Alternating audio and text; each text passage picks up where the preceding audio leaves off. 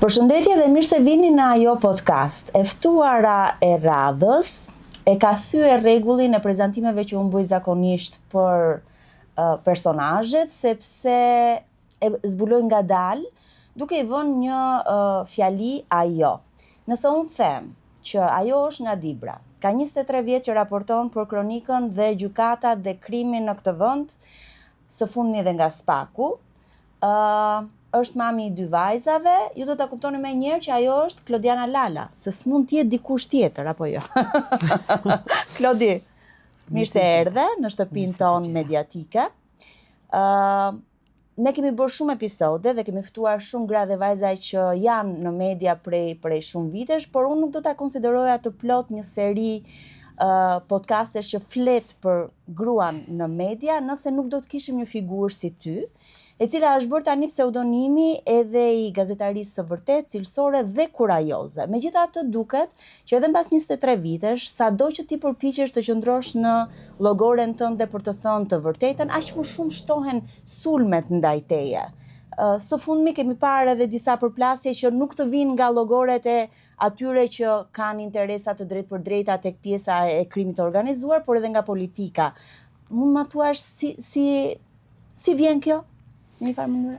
Spari, unë dua të falenderoj në emër të gjitha vajzave dhe grave në media, që ke marrë guximin edhe një nismë të tillë për t'i shfaqur ato, sepse shumë nga gratë dhe vajzat ndoshta për shkak të kushteve ku punojnë, ndoshta për shkak edhe të një vetë censurimi, ndoshta edhe për shkak se media po bëj çdo ditë më shumë një ambient maskilist, zgjedhin të heshtin dhe të mos rrëfejnë historinë e tyre apo përpjekjet e tyre titanike për të thënë të vërtetat. Dhe me thënë të drejtën, e kam thënë shpesh dhe vazhdoj ta them që në media ka shumë vajza dhe gra, të cilat janë kurajoze, janë të vërteta, që I thon gjërat pa zhurmë dhe pa bujë, por fjala e tyre mbetet dhe zëvend. Kështu që në këtë kuptim, kur ju më telefonuat, unë nuk ju thash përse qysh tek nga, thash vetëm bona, më thuaj vendin dhe orën. Dhe unë jam tek ajo.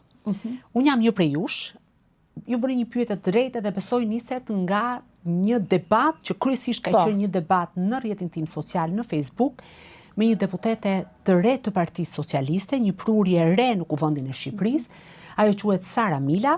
Unë I kam bërë zonjës vetëm një pyetje sepse më zhdukur një fenomen I çuditshëm në kuvendin e Shqipërisë, një grua pas një kontribut publik, pas një kontribut në politik, papritmas shfaqet si deputetja më e votuar e kuvendit. Dhe pyetja legjitime që do t'i drejtonte çdo gazetar në këtë vend, e kam drejtuar edhe përpara se ajo të zgjidhej, pra se cila është kjo prurje dhe si do të vinte, ja kam drejtuar dhe pasi u zgjodh.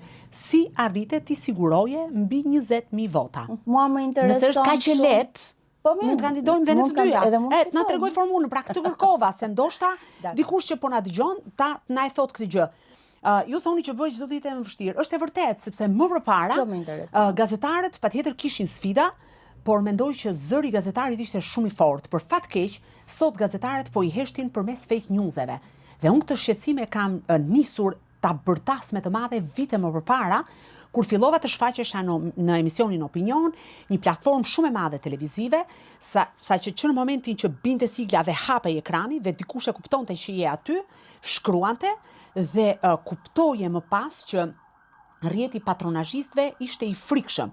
Dhe kemi bërë një provë me një nga kolegët. Patronazhistëve nuk dua ta lidh vetëm me një parti. Jo, të lutem. Po kur them patronazhist nuk kuptoj. Po, bie dakord me ju. Nuk e kam vetëm me mazhorancën. Këtë desha të thosha. Jo, absolutisht. Nga gjitha partitë politike ose grupet e interesit. Tipologjinë e njerëzve që sulmojnë gazetarët në internet, sepse janë të vazhdueshëm, po patjetër. Kanë një lloj tendence për të heshtur zërat që u shkojnë përkundër interesave që ata mbrojnë, figurave që ata mbrojnë e tjera si këto, por të zgjodha aty për ta bërë këtë pyetje, sepse siç e gazetare që ke marrë më shumë çmime për gazetari investigative, edhe mua më rezulton që edhe gazetarja më e sulmuar në internet, që me historinë kam fituar imunitet tashmë.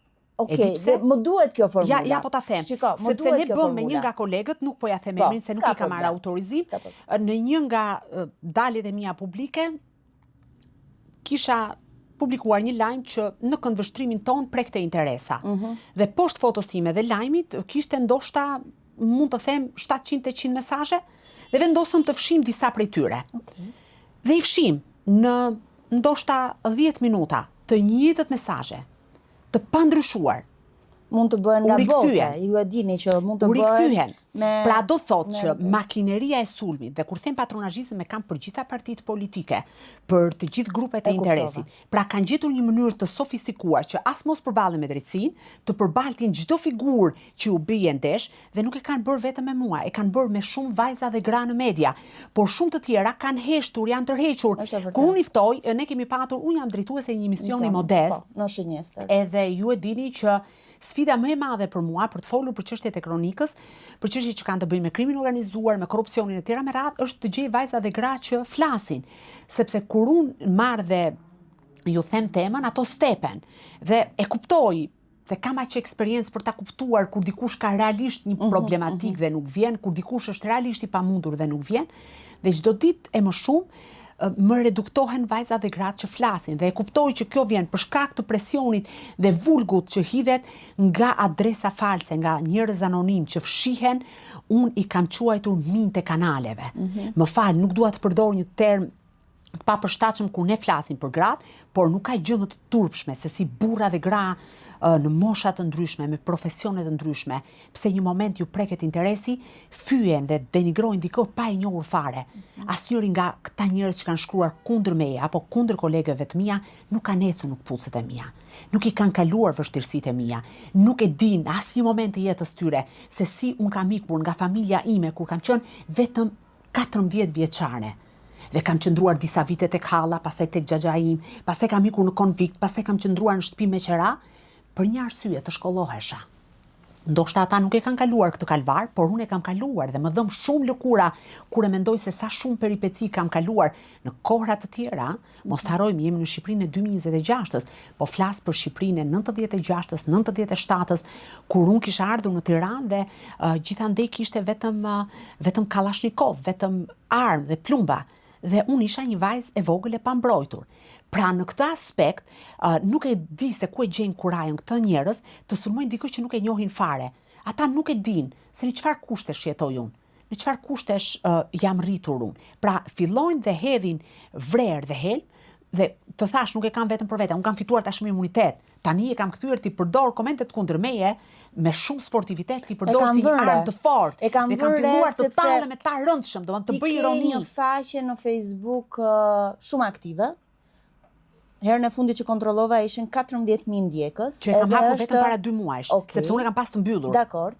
Nuk kam qenë njerëz rrjetesh sociale. Duke pasur parasysh këtë lloj jo konfrontimi, po si ta them, askush nuk të kërkon që ti ta bësh punën tënde jashtë ekranit, në një farë mënyrë ti ke zgjedhur që të vërtetat e tua ti thuash edhe nëpërmjet faqes tënde personale. Dhe ndonjëherë njerëzit mendojnë që ti po e kërkon vet sherrin, po ta themi kështu. Dhe kam mentalitetin shqiptar që disa nga komentet ti u kthen përgjigje, disa i lë, është kjo një strategji apo kam parasysh këtu që ti vjen nga një histori sulmesh edhe fizike. Nuk e do ta harrojmë breshëritë automatikut që i janë bërë shtëpisë tënde dhe për cilës është gjetur akoma autori, por nuk dua ta rikujtoj atë moment, sepse është si të ripërjetosh traumën. Unë dua të ndalem te këto breshëritë të tjera, të cilat nuk vinë me gjëra fizike, por vinë në të njëjtën forcë nëpërmjet klikimeve dhe fyerjeve dhe sharjeve. Ju keni vënë me të drejtë re Bona që unë kthej përgjigje disa personazhe. Për shembull, i përgjigjem në mënyrë të rregullt një ushtaraku, të cilin disa kohë më parë i kam trajtuar rastin. Dhe ai di shumë mirë me sa profesionalizëm unë ja kam trajtuar rastin. Dhe ai sërish kur pra i kthem përgjigje njerëzve që i njeh. Në një farë mënyrë disa target grupeve, të cilat unë njoh shumë mirë historinë, ata më njohin mua kush jam dhe çfarë përfaqësoj, dhe kur shkruan për shembull për kryeministrin, pap nxjerr kohë më një herë dhe fillon sikur mua nuk më ka takuar dhe nuk më ka njohur kurrë në jetën e vet. Kjo është një në përpiqem shumë rrallë ju kthej, po gjej disa target grupe. Ose përpiqem e kam kthyer sport, më beso, sepse më ka bërë mirë, më ka dhënë një lloj energjie pozitive kjo gjëja, se si ti shikon që të tjerët të hedhin vrerë dhe ti thua, okay, ju vazhdoni, sepse sado që përpiqeni ta fshihni dhe ta vrisni të vërtetën dhe ta mbysni atë, ajo ngrihet çdo herë më e fortë. Edhe kjo më pëlqen shumë tani më. Dhe këtë dua të inkurajoj gjitha kolegët e mia. Ju e dini, në një farë kuptimi, unë jam një grua mistrece. Nuk tërhiqem lehtë, jam shumë kokfort. Edhe sa herë shikoj dhe më vinë ndërto vajzat të cilat për t'ju ulur kokën i kanë prekur një histori të moralit, i kanë lidhur me histori të paqëna, janë përpjekur të thonë se dëgjoj, kjo bë për shkak të ndihmës së një burri të caktuar, dhe kur unë i takoj dhe ata më vinë që janë të tronditura, të stepura, të mbledhura, i them, po, ku e keni hallin ju? Po, le të vazhdojnë. Gjend le të lehin e karvanit ecë përpara. Këtë duhet të bëni. Varet shumë edhe nga karakteri, sepse kam pasur këtu edhe, nuk po them që janë pa karakter ato që nuk e vazhdojnë, por lëndojnë njësoj. Si fjalët e thëna ballë për ballë, ashtu e thënë edhe nga burime anonimi. Dhe unë mendoj që shumë njerëz kur ndjekin punën tënde gazetareske dhe profilin tënd publik, e bëjnë këtë pyetje, ku e gjen këtë forcë që mbas 23 vitesh raportimin në një nga sektorët më të vështirë dhe më të rrezikshëm, siç është ai i kronikës së Zez dhe i krimit dhe gjykatave në Shqipëri, për të vazhduar përpara dhe për ta bërë këtë profesion me të njëjtin zell siç e ke filluar në 2003-shin. Ka një motiv shumë të fortë. Vajzat e mia, sepse më shumë se gjysmën e karrierës time e kam bërë duke rritur vajzat. Vajza e madhe po shkon 14 dhe normalisht në këto 14 vite unë kam bashkëjetuar edhe me urtë e gjata pa gjumë, edhe me daleronin, edhe me netët e gjata në spital, edhe me momentet e lumtura, edhe me momentet kur një nënë është për tokë për shkak të problematikave, edhe me vonesat, edhe me faktin që kam marrë fëmijën në makinë dhe kam shkuar në punë, kam raportuar nga vendi i ngjarjes dhe shpesh kolegët janë detyruar të rri me fëmijët e mi. Dhe ka motiv më të fortë për një nënë se sa të përpiqet të lërë një vend të mirë për fëmijët e saj. Dhe ka motiv më të fortë për një nënë se ju jeni nënë dhe më kuptoni që vajzat të shohin ty si një model. Dhe unë gjithmonë vajzave të mia ju them, ju duhet të silleni njësoj edhe kur jeni përballë gjithë botës, por edhe kur jeni krejt të vetme. Sepse në fakt, sjellja për sy dhe për faqe është një sjellje hipokrite. Ju duhet jeni të vërteta dhe u a them gjithmonë. Dhe unë kur, sa do vonë të shkoj në shtëpi, apo sa do herë të dal nga shtëpia, nuk iki pa ju thënë të dyjave një fjalë. Dhe ju them, ju jeni vajzat më të forta që unë kam njohur, edhe ju duhet esni përpara me kokën lart, edhe kjo është shumë e rëndësishme që ju ta dini, dhe ta dini tani dhe nga unë. Dhe në këtë aspekt mendoj që kam motiv shumë të fortë, sikurse ju bëni në profilin tuaj një punë jashtëzakonisht të mirë, dhe këtë nuk e them për servilizëm, ju ma njihni natyrën, se ju kam kritikuar në mbledhje apo në takime që ne kemi patur, kur diçka unë e kam menduar që s'ka që mirë, ndoshta e kam patur gabim, po e kam thënë, dhe kam thënë edhe gjërat e mira. Kështu që në këtë aspekt mendoj që gjithsecili nga ne duhet të përpiqet të vërë ato gurët e vet dhe tullat e veta për ta bërë këtë vendin më të mirë. Pastaj ndryshe ç'kuptim ka? Nëse ne do të heshtim sepse dëgjoj dikush mua më shan në Facebook, edhe meqense më shan në Facebook, unë duhet të strukem në atë guackën time. Po, më dhëm vetëm në një moment kur përfshin fëmijët, dhe një ditë kisha hedhur për shembull një video të vajzës së vogël duke kënduar një këngë që unë nuk e dija në fakt që ekzistonte, dhe më përloti, ishte një këngë për kombëtaren e Shqipërisë dhe të Kosovës, një këngë shumë e bukur. Ai kishte vënë një kapele me ngjyra të kuqezi, një t-shirt me shqiponjën, po i këndonte me shumë entuziazëm, dhe unë e kava, domethënë, komplet natyrale, dhe nuk i rezistova dot që ta hidhja. Dhe shikoja pastaj lumin e komenteve poshtë, u detyrova ta hiqja atë video. Ndoshta bëra gabim që e hodha për shkak edhe të moshës, por u detyrova ta hiqja sepse ishte jo normale gjuha që përdore ndaj fëmijës tim. Pa bërë ende 10 vjeçë, dhe ty të dhëmb. Edhe mesazhi për gjithë ata të cilët po e dëgjojnë këtë është: mua musulmoni sa të doni, se nuk pyes më. Jo, mos e thuaj musulmoni sa të doni, se unë dhe më e fortë do bëhem, por fëmijët absolutisht duhet të rinë larg kësaj historie.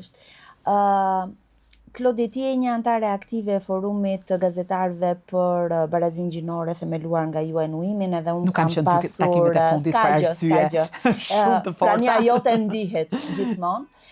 Por dua të them që gazetarët e Kronikës kanë bërë një kapërcim, them unë,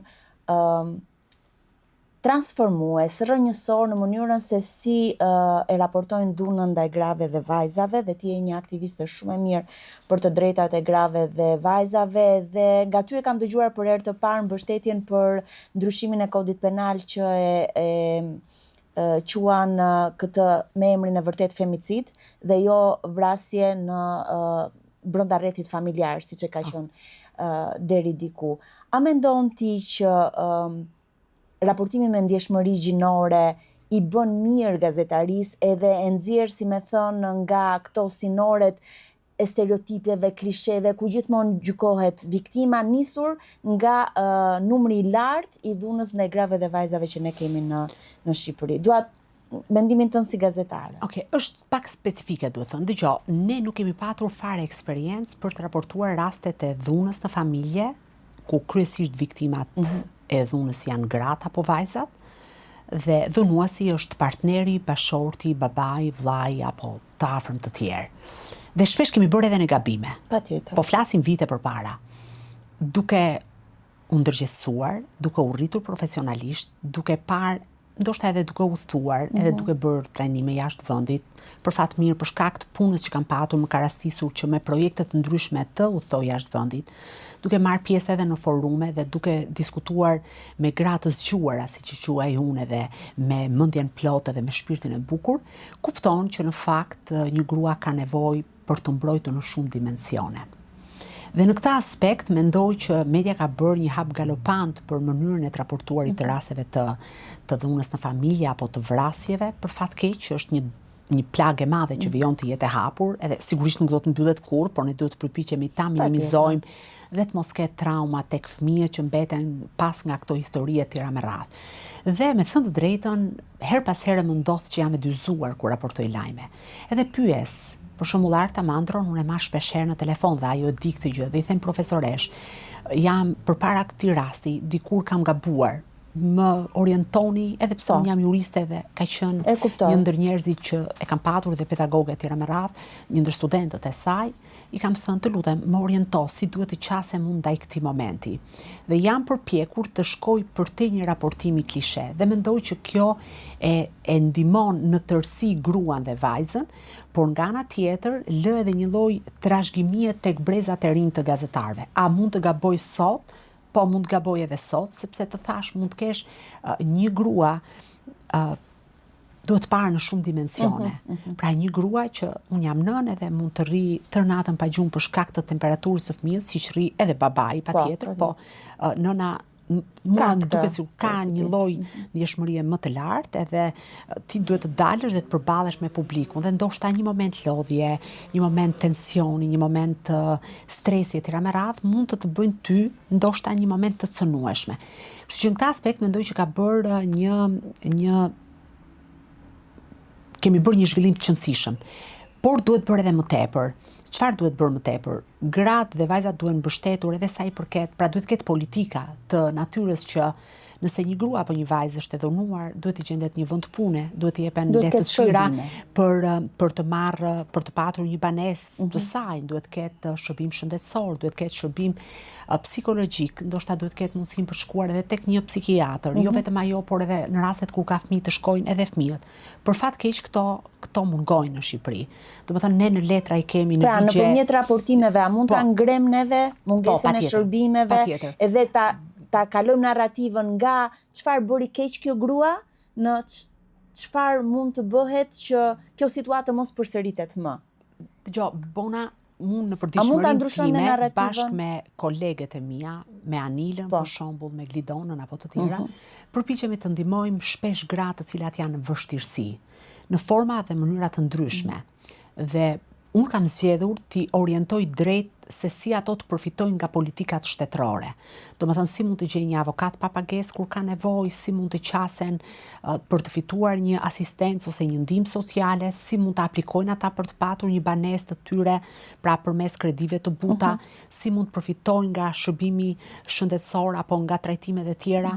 Dhe mendoj që nëse ne raportojmë me përgjegjësimë dhe orientojmë drejt narrativën, pa e zbukuruar, pa u viktimizuar, se duhet ta kemi në konsiderat, por duke i dhënë kontekst, duke dhënë informacion të dobishëm gruan dhe vajzën. Dhe mua më ka ndodhur shpesh që institucionet kanë reaguar kur unë kam referuar raste të caktuara. Pra ka patur raste që nuk i kam trajtuar mediatikisht, por kam hasur për shembull para disa kohësh një grua e cila praktikisht ishte e braktisur, ishte në rrugë dhe e morën shërbimet pranë bashkisë dhe e ndihmuan. Sigurisht me shumë vështirësi, e vura me shumë vështirësi gjithë atë mekanizmin në lëvizje, mu deshën ndoshta 20-30 telefonata, sikur se kanë bërë edhe në rastin e një burri që më mori një zonjë e cila dikur i kisha trajtuar rastin e të vllajt dhe e kishte numrin tim për këtë arsye. Është e njohur edhe për fshirja personale, po unë dua ta mbaj pak tek Jo, pikërisht jo personale, po për shkuar pra për ta orientuar. Ju të gjitha e bëni këtë. Kështu që në këtë aspekt mendoj që po ne duhet jemi bashkë, por institucionet duhet jenë më të vëmendshme. Nuk mund të presin vetëm të referohen rastet, mund të shohin se ne shohim përdit raste të tmerrshme se si gra dhe vajza braktisen. Kishim një rast për fat keq, një vajzë e cila u vetvra për faktin se dhunohej nga ish bashorti dhe aty për Gjuanën nuk ishte askush. Pra do thotë nëse ajo do të ishte trajtuar të shikosh në Netflix The Prosecutor, që është një serial për zyrën e femicidit që është hapur në Meksik, dhe rasti i parë që ato kanë trajtuar si femicid është rasti një vetvrasje, që në rastet e tjera do të ishte një kapitulli mbyllur, por në fakt zbulua që ajo u detyrua të vedvitej për shkak të dhunës. Klodi, kush është modeli yt në gazetari? Se unë e di që për shumë vajza të brezit të mëpasshëm ti je një ndër modelet, po ty kush të ka frymëzuar për të bërë kjo që je sot? Nuk kam një model. Nuk e. Jam përpjekur të krijohem mund kështu si që. Unë mendoj që brezat nuk kanë pasur modele. Jo se nuk ka patur gra dhe vajza gazetare të shkëlqyera. Absolutisht ka patur, por ja them çdo ditë vetes, duhet të jem një gazetare huaj, të gjitha të mirat dhe këqijat e mia, me të gjitha gabimet dhe me të gjitha ndoshta sepse duke punuar gabon, mëson, përmirëson, korrigjon veten. Mund të themi që modeli yt është një gazetari ideale, një gazetari që shkon tek publiku me të vërtetat. Këtë përpiqem bëj. Okej. Këtë përpiqem. Jo një figurë personale. Po sado që të përpiqesh të kopjosh dikë, unë mendoj që sërish do mbetesh kopja. Dhe jam përpjekur të krijoj Klodianën me gjithçka mbartë brenda njeri, me momentet e veta të mira dhe me momentet e veta të vështira, me gabimet dhe me shkëlqimet, me rënjet edhe me ringritjet. Kështu që jam përpjekur të jem unë edhe në mënyrën se si vishem, edhe në mënyrën se si mbaj flokët, edhe në mënyrën se si artikuloj, dhe në mënyrën se si rrëfej, dhe në mënyrën se si e ndërtoj lajmin.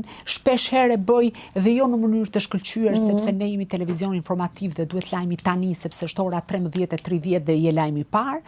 Dhe kur të shkosh për ta ribër nga e para për 14 ose për orën 16, kanë dalë disa ngjarje të tjera por synimi dhe qëllimi është që lajmi të jetë i vërtetë dhe i pakundërshtueshëm.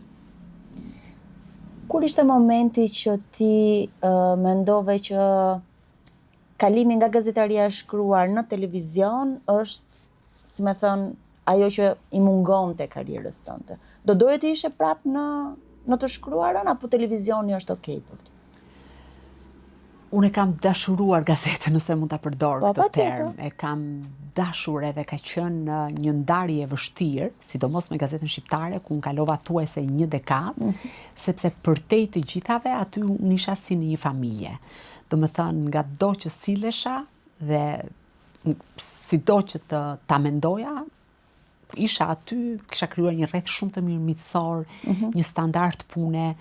Unë e shkruaja lajmin, dilja jashtë, pushoja pak, rikthehesha, e ndroja prap kokën hyrjen, dilja prap, thrisja për shembull Bonën, të lutem Bona lexoje, pastaj ikte Bona, thrisja një koleg tjetër, merja trëndafile vishën për shumë dikur dhe i thoja do i lësh të gjitha punët e tua, tani do merresh me hyrjen e lajmit tim. Dhe shijoja shumë këtë gjë, një gjë që e bëja ngadalë, që ndisja bukur, gjeja fjalët e duhura tjera me radhë. Dhe në këtë aspekt e doja, por në 2016, pasi kisha lindur vajzën e dytë, u ktheva, e kam lindur në Britaninë e Madhe, u ktheva dhe kuptova nga andej, duke e parë ftohtë pas disa muajsh pushimi, duke parë edhe në trendin europian edhe ndërkombëtar që media e shkruar po vdiste. edhe më duhet të bëja patjetër një ndryshim.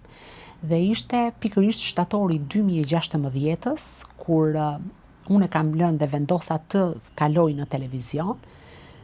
Sigurisht që ishte vendim i vështirë, sepse isha me 2 vajza relativisht shumë të vogla, njëra gati 4, njëra e sapo lindur, por duhet ta bëja atë kapërcim, nuk kisha më kohë. Dhe ka qenë ngjarja e parë e rrëzimit të avionit në Ishëm. Atje kam bërë një raportim të gjatë dhe të detajuar, kisha bërë raportime patjetër, po në kuptimin si një gazetare televizioni mirëfilli që punoja në televizion, ka qenë pikërisht ai raportim dhe në atë kohë kam deklaruar që është një pistë afër 2 kilometër, e përshtatur për të ulur avion të vegjël, në fakt politika zihente dhe ishte një debat shumë i madh në kuvend. Dhe drejtori im në atë kohë, Andi Tela, filloi të më thoshte, kjo që ke thënë nuk më qëndron fare, është e pamundur të ketë ndodhur. I thash, po, atëherë hajde në vendin e ngjarjes dhe shiko ato çfarë unë po shikoj.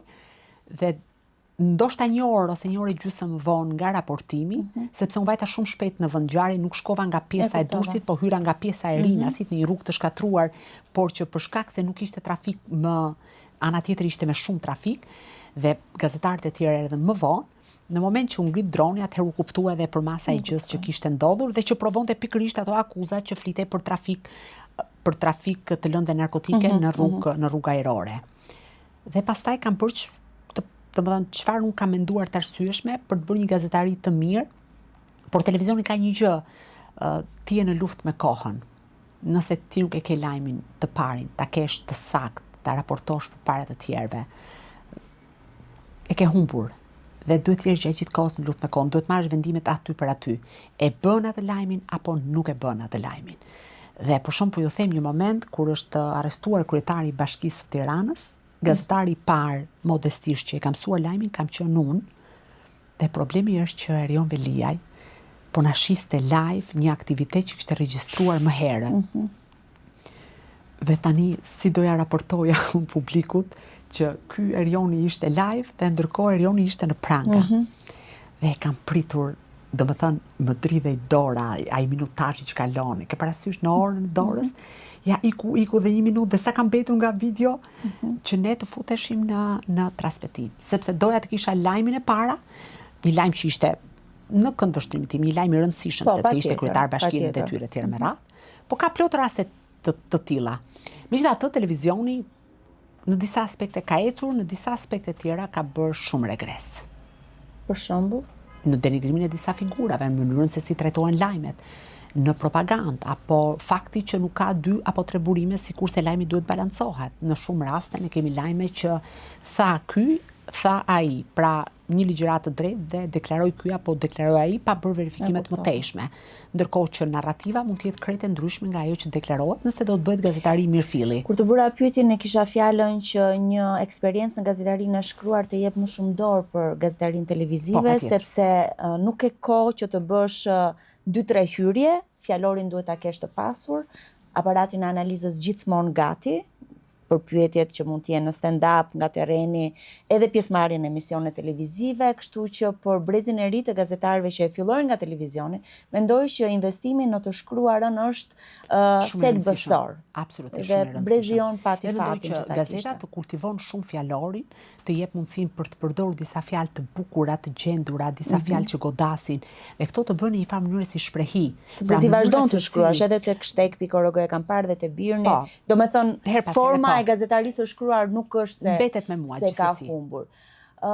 Klodi, në fund fare të kësaj bisede intensive që reket të kapi 26 vite karrierë dhe të tregoj Klodi në të gjitha dimensionet e saj si grua dhe vajzë, po lexoja para se të vija këtu që mosha e të 40-tave për gratë është më sfidusja, sepse ti nuk ke më energjinë e 20 vjeçares, por ndërkohë ke për të balancuar familjen, karrierën, prindrit që po moshohen, fëmijët që po rriten, dhe nga ana tjetër e ardhmja duket një çik më afër se sa ajo që e kishim menduar kur nisëm 20. Ti je pak a shumë në atë moshë. Si është ta jetosh mesomoshën në një profesion si gazetaria në Shqipëri? Të them të vërtetën? Po, patjetër. Ndihem më fort se 20. unë sikur e kam nisur sot gazetarin, dhe kam përshtypjen se në këtë mesomoshin që thua, arrin pjekurin tënde dhe je në atë fazën e jetës që i ke parë të gjitha, ke një lloj tjetër qasje ndaj fenomeneve, je një person që di çfarë kërkon, largon nga jeta jote njerëzit e padobishëm dhe për ty prioritare janë disa gjëra që ndoshta më herët nuk të bënin përshtypje. Kështu që në këtë aspekt më beso, unë ndihem më fuqishëm se sa kur isha 20 vjeç, sepse e di çfarë dua, e di ku dua të shkoj dhe e di se si bëhen gjërat në këtë moshë. Kështu që për të gjitha vajzat që synojnë për të ardhur në gazetari, në fakt mosha fillon nga këtu dhe forca fillon nga këtu, ku jam unë. E fundit fare, se gjithmonë themi kjo është pyetja e fundit, po se hapim edhe një tjetër, por kjo është e fundit fare. Si mami e 2 vajzave, çfarë shoqërie po i lëm mendon? Më të mirë se ajo ku rritet ti? Më të keqe apo njësoj? Është pyetje e vështirë. E di. Pse do thuash është e vështirë? Nuk do ta zgjat sepse besoj e kemi kaluar minutazhin, po do vetëm 1-2 momente. Dgjoj, shumë gjëra kanë ecur. Në disa aspekte fëmijët e sotëm, pra gjenerata e sotme është një gjenerate e cila patjetër ka qasje në internet, ka qasje në teknologji, ecë me ritme të shpejta, udhton jashtë, vishet bukur, ka një lloj qasje tjetër, ka një ironi të bukur kur flasi një fjalor të pasur e tjera me radhë. Megjithatë mungoj që ajo çfarë mungon është ndjeshmëria. Duket sikur rinia e sotme është bërë e pa ndjeshme, ndërkohë që një brez i cili është ndoshta te 50-60 janë shumë të pozicionuar sa i përket paktën poleve politike. Dhe në këtë aspekt e shikoj problematike, pra këtë qasjen dhe përplasjen mes 2 brezave dhe kulturave. Më tremb fakti që unë kam rritur fëmijë shumë të edukuar dhe ndonjëherë më duket sikur nuk i kam të afta për të përballur me këtë vulgun e madh që ka shoqëria shqiptare, por mendoj që me kalimin e viteve gradualisht do fillojnë të kthjellohen ujërat. Dhe e them këtë gjë nisur se një vend duhet preki të shkojë deri në fund që ta fillojë ringritjen. Dhe unë mendoj që Shqipëria sot është në pikën e fundit në disa aspekte. Ka një krizë të thellë, por mendoj që nga këtu pastaj do të fillojë një ringritje graduale dhe mendoj që gjërat do fillojnë të shkojnë në vendin e vet. Kështu e mendoj unë. Por të thash, fëmijët sot kanë mundësi të tjera. Jo, e kam fjalën për vajzat. Apo lëm ne një shoqëri më të mirë për vajzat, sepse kam dëgjuar kolegë tanët që thonë Shqipëria nuk është një vend për të rritur vajzat. Unë kam zgjedhur të rris këtu. Dhe ua bëj çdo ditë të ditur. Ka dritë në fund të tunelit? Patjetër. Po të mos besoja fort që ka dritë, nuk do të rria në këtë vend. Besoj fort dhe prandaj kontriboj në Shqipëri. Dhe ua them çdo ditë atyre. Po edhe vajzave të vogla, cilat janë në shkollë me vajzat e mia. Ju them që gjithmonë ka dhe më mirë dhe ju duhet esni përpara, duhet mësoni shumë, duhet lexoni, duhet jeni të armatosura për të përballur me këtë botën e egër që ju pret, sepse nuk do të keni mamin gjithmonë me vete, as babi, nuk do të keni as njerëzit e tjerë, do të jeni ju dhe bota përballë. Dhe në këtë aspekt them që detyra jon si nëna, si gra, si gazetare, si kontribuese në publik, do duhet të jetë një dhe vetme, të rrisim fëmijë të fortë, nuk ka rëndësi djem apo vajza, por të jenë të përgatitur për të përballur me botën e ashpër që i pret, në të gjitha aspektet. Nëse një fëmijë e ke armatosur me dije, me kulturë, me gjë të huaja, me kujtime të bukura, me një model të mirë, me një shembull të mirë, unë mendoj që po e ke përgatitur për të qenë i gatshëm dhe për të. Po, absolutisht. Ishte fjala e duhur. Shumë faleminderit Klodiana për këtë bisedë ashtu luftarake siç je ti, të sinqertë, të vërtetë, edhe mendoj që mesazhet ishin të duhurat. Shpresoj ta kesh shijuar edhe ti. Edhe ju dini që unë refuzoj gjëra që s'më shijojnë, kështu që të falenderoj, se unë ndjeva shumë rehat. Shikuesve të podcastit dhe dëgjuesve, u lë takim në episodin e radhës për një tjetër personazh tek ajo. Deri atëherë mirupafshim.